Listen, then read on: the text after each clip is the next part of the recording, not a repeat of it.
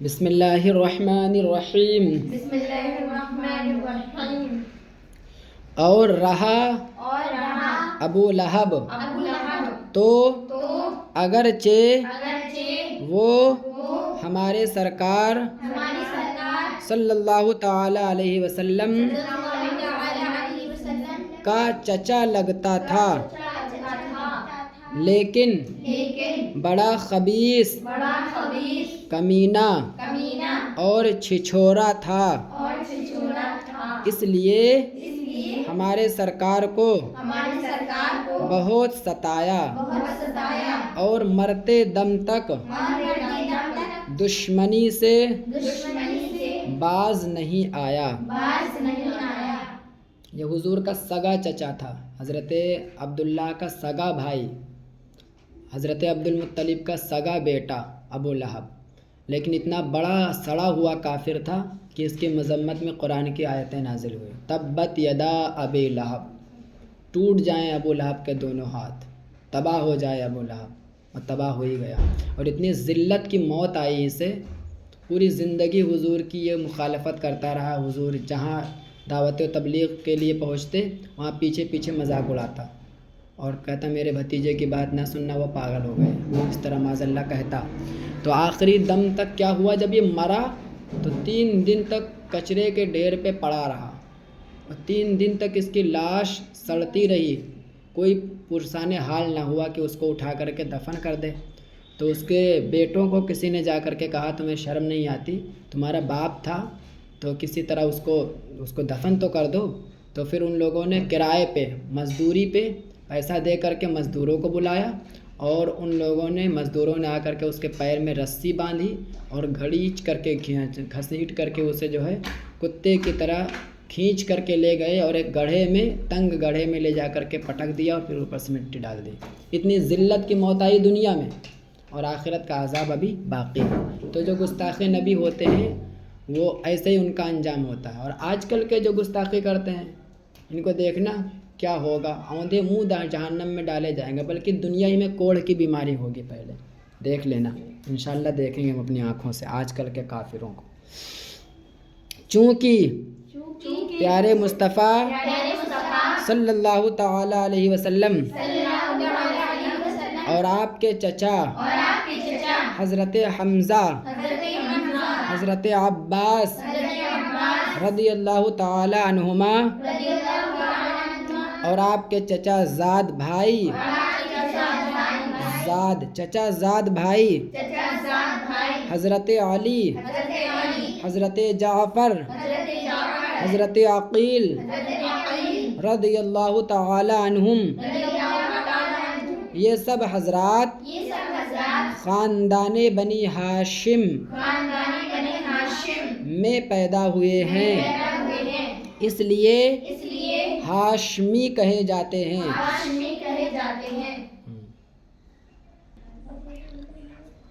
حضرت ہاشم کے بھائی عبد الشمس کا ایک بیٹا امیہ نام کا ہوا ہے، اس کی نسل کو بنی امیہ کہا جاتا ہے۔ حضرت عثمان غنی رضی اللہ تعالی عنہ، حضرت امیر معاویہ رضی اللہ تعالی عنہ، اور ان کے والد حضرت ابو سفیان رضی اللہ تعالی عنہ، یہ سب حضرات بنی امیہ کی نسل کے ہیں۔ اب حضرت امیر معاویہ رضی اللہ تعالیٰ عنہ یہ بھی صحابی ہیں، حضرت ابو سفیان ان کے والد حضرت امیر معاویہ کے وہ بھی صحابی رسول ہیں۔ تو یہ دونوں حضرات صحابی رسول ہیں اور بڑے عظیم صحابی رسول ہیں۔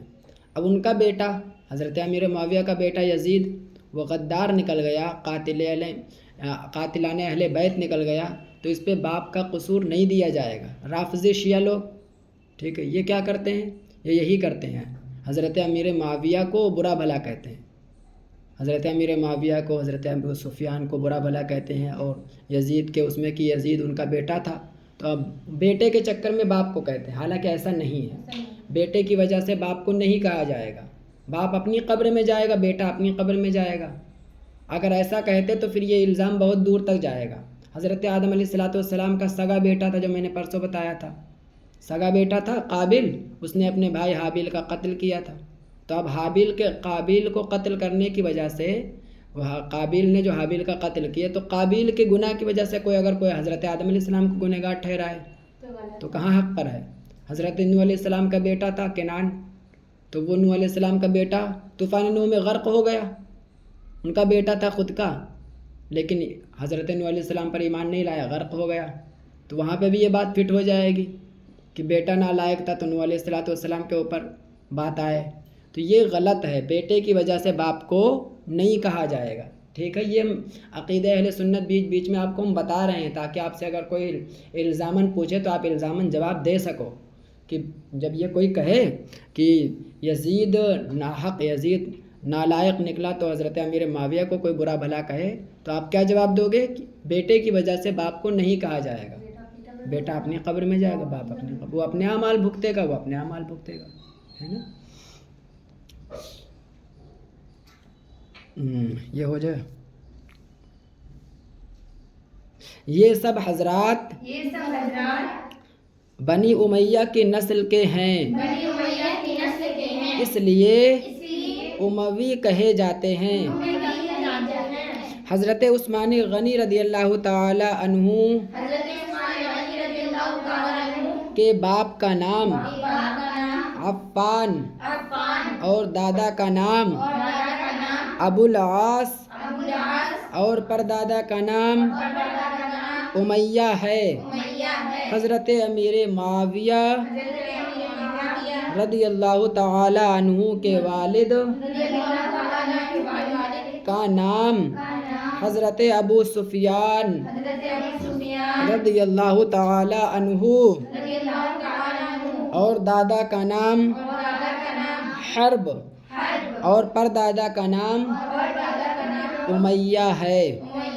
خاندان بنی امیہ میں ایک شخص مروان گزرا ہے جو حضرت عثمان غنی رضی اللہ تعالی عنہ کا چچا زاد بھائی تھا.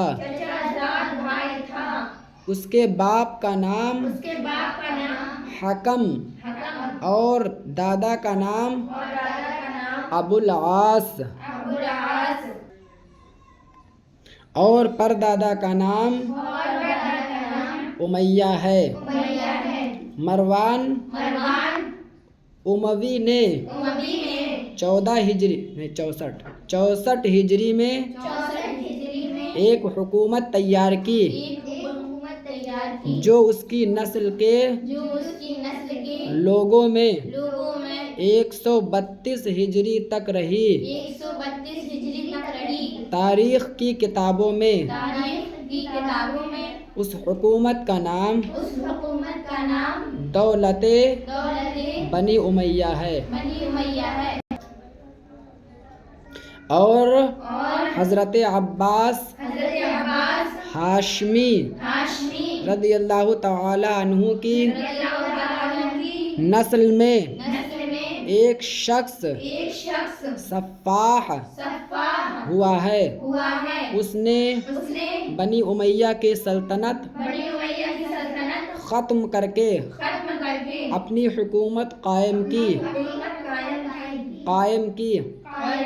پھر یہ حکومت بنی عباس رضی اللہ تعالی عنہ کی نسل میں 132 ہجری سے 656 ہجری تک رہی. اس حکومت کا نام دولت عباسیہ ہے.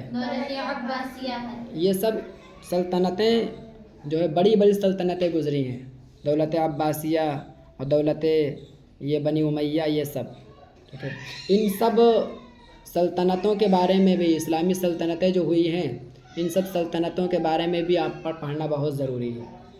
کیسے کیا خلافت پہلے ہوئی، خلافت کے بعد یہ حکومت آئی تو حکومت سے کیسے پھر یہ سلسلہ آگے بڑھا، پھر اس کے بعد میں اسلامی حکومت قائم ہوئی، پھر یہ ہندوستان تک جو ہندوستان میں بھی حکومتیں رہی، اسلامی حکومت رہی۔ حضرت اورنگزیب عالمگیر رحمۃ اللہ تعالیٰ علیہ، ان سے پہلے کے بادشاہ جو گزرے، جتنے مسلم بادشاہ تھے ان کی ہسٹری، ان کی یہ سب پڑھنا، اور پھر اس کے بعد میں یہ انگریزوں کا دور آیا، انگریزوں کے دور سے پھر اس کے بعد اب یہ ان انگریزوں کا دور آیا جو آج کل کے ہیں، یہ ان سے بھی بڑے والے ہیں۔